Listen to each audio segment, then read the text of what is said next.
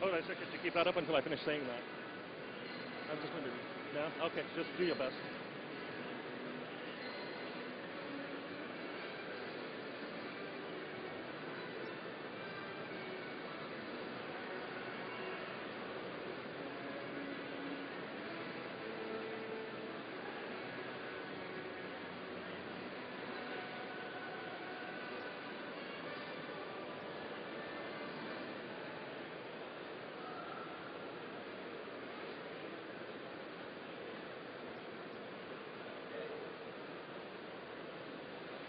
Good afternoon, BlizzCon. The Blizzard Cinematic Starcraft II panel will now begin.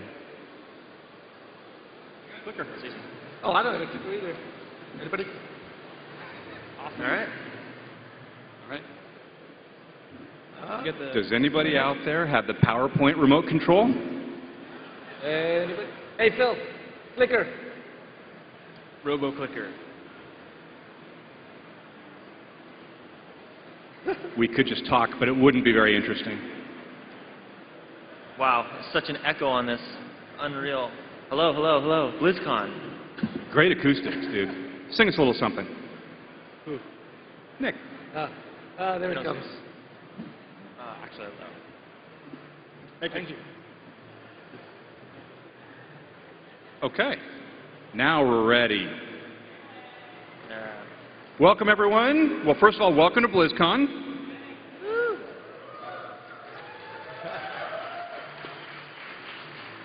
And more specifically, welcome to the Starcraft II Cinematics panel. My name is Scott Goffman. I am the in-game cinematics supervisor for Blizzard, and we're going to talk about how we made some of the cinematics for StarCraft. So, first of all, you all know that StarCraft is a very rich universe. There's a lot of characters.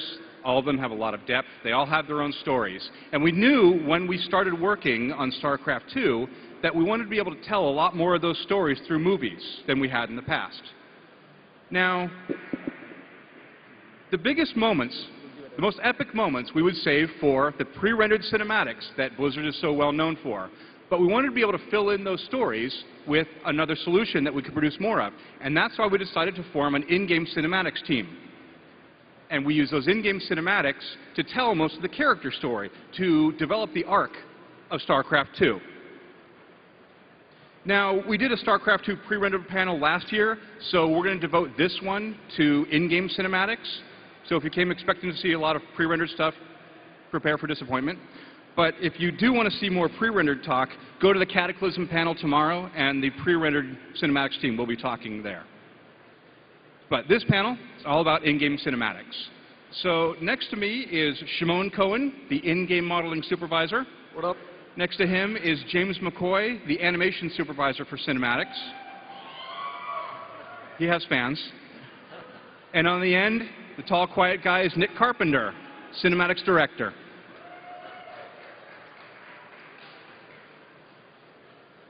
So first of all, what are in-game cinematics? Not everybody's familiar with the term. In a nutshell, they are movies made using the game engine to draw the frames of the movie. We play things back in real time. Those of you who are familiar with Blizzard Cinematics, you're used to seeing our pre-rendered movies, because that was everything that we did up until StarCraft II. What we do, the in-game cinematics team, is very similar, but for pre-rendered, every frame is calculated by computer, takes anywhere from 10 minutes to 10 hours, maybe 10 days in a really bad situation. The work that we do, every frame has to be drawn in 1/30th of a second. It has to play back at 30 frames per second in real time, just like the game itself. So the trade-off is we get very high speed, we can work very quickly, but we sacrifice some quality. We can develop a lot more movies, but they don't look quite as good as the pre-rendered movies. Now, just like pre-rendered, a lot of our process is the same. We do storyboards, we create animatics from those storyboards, we paint concepts, we build models, we animate them, we light them, and we do special effects. Where we differ is that when it comes time to render it, we use the same graphics hardware and software as the game team, the same tools, the same development pipeline, and the same features as the game does. Now, some people hearing that ask, isn't that machinima? Yes and no. Machinima, specifically, is where you take all the existing assets that are already in the game, the units that you're used to seeing in the game, and the same animations that you're used to seeing, and editing them together in a way to tell a story. What we do is a little bit different. We do everything from scratch. We animate all of our characters from scratch. We animate to the camera, and we basically animate it just like a pre-rendered cinematic, rather than using game animations. We gain some of the same advantages that machinima has. We get faster iteration time. We can change something and see that change almost immediately. We can use the game assets where we want to. If there's a model or a prop, a set from the game that we want to use, we can grab that and throw it into a movie. But there are some trade-offs. So a lot of in-game cinematics that you've probably seen are done in first-person shooter games, and there's a reason for that. When you make a first-person shooter, a lot of the work that you do, you're building interior sets, you're making characters that are going to be viewed from up close. Those work very well for in-game cinematics. They're kind of designed to be seen in the same way that they would be seen in a movie. In a real-time strategy game, that is not at all the case. For an RTS, just like any game, you develop your engine technology and your rendering technology. You create your art direction and your design, all based around what the game needs, not what the movies need, because it's gameplay first, right? So there are some trade-offs that we have to make when doing an RTS. First of all, technical features. There are engine features that when you're making a game that's only viewed from a camera that's 1.5 miles up in the air, looking down, you don't ever have to worry about certain things. For example, indoor lighting. If you guys have played Starcraft II, you'll notice a very consistent theme with the levels. They're all outdoors. So you've got your sun, nice big directional light coming down from above, a couple of fill lights and ambient light to fill that in. That's all you really need. Maybe a few point lights here and there, but they aren't critical. But when we're making these cinematics, they mostly take place indoors, and we want to be able to create a believable environment with believable lighting for the characters to sit in. So this is an example going back and forth between what if we just use directional lighting versus using real indoor lighting, where the jukebox is casting a little bit of light onto the pole next to it. The TV has a nice glow that bounces off of Rainer's head. Fog is another thing that you don't need when you're looking straight down at the world. When you drop your camera down and you're looking out into the world, there's always a little bit of haze in the air. Even if it's just a very subtle effect, it's there and your eye picks up on it. So here's an example of the Char battlefield with and without fog. It's not drastic, but it really helps sell the depth of the scene. Depth of field is another one. There it is. Depth of field is another one that we rely on very heavily for cinematics. It's a very subtle effect, and I mean, if you don't watch carefully, you may not even notice, but we use it to bring the sets to life. We force the character's eye to where we want them to look. We don't want them looking in the wrong depth. And it also helps hide problems in the background art, which, when we're making movies very quickly, we can hide a lot of flaws that way.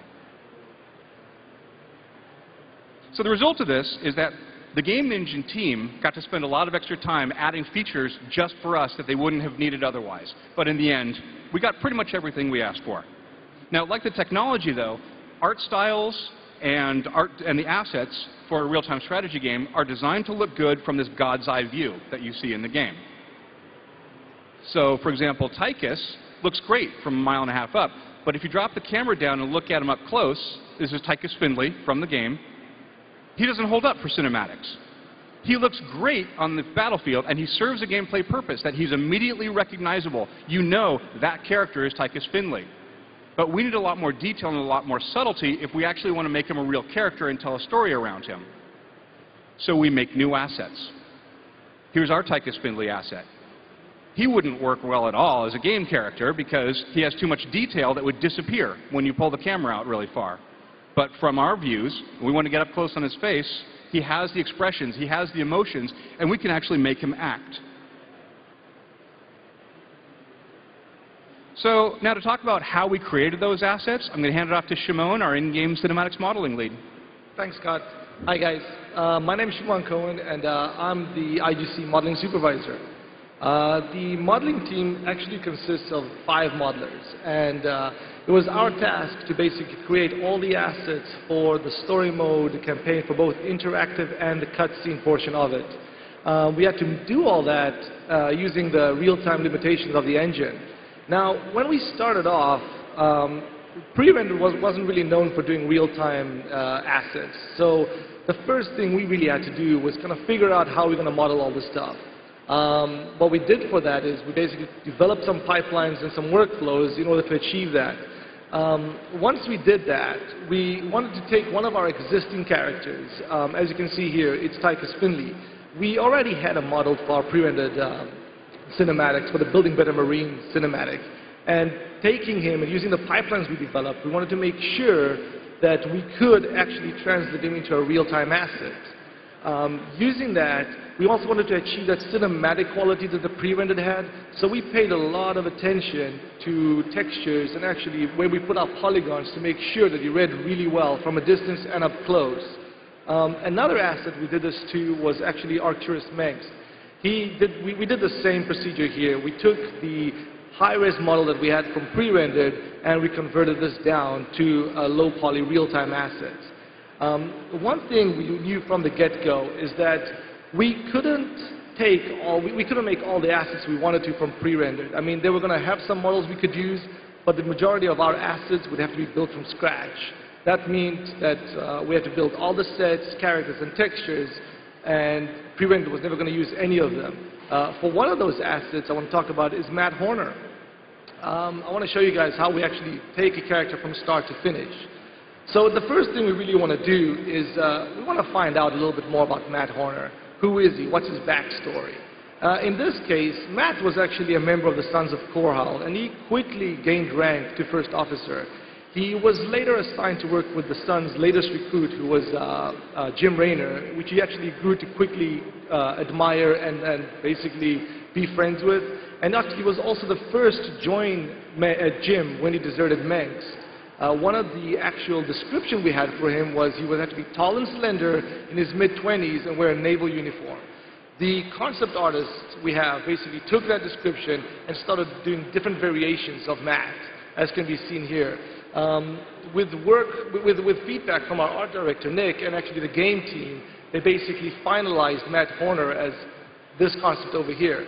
So once the final concept is approved, it comes to the modeling team, and we basically have to start and basically make the model for the game.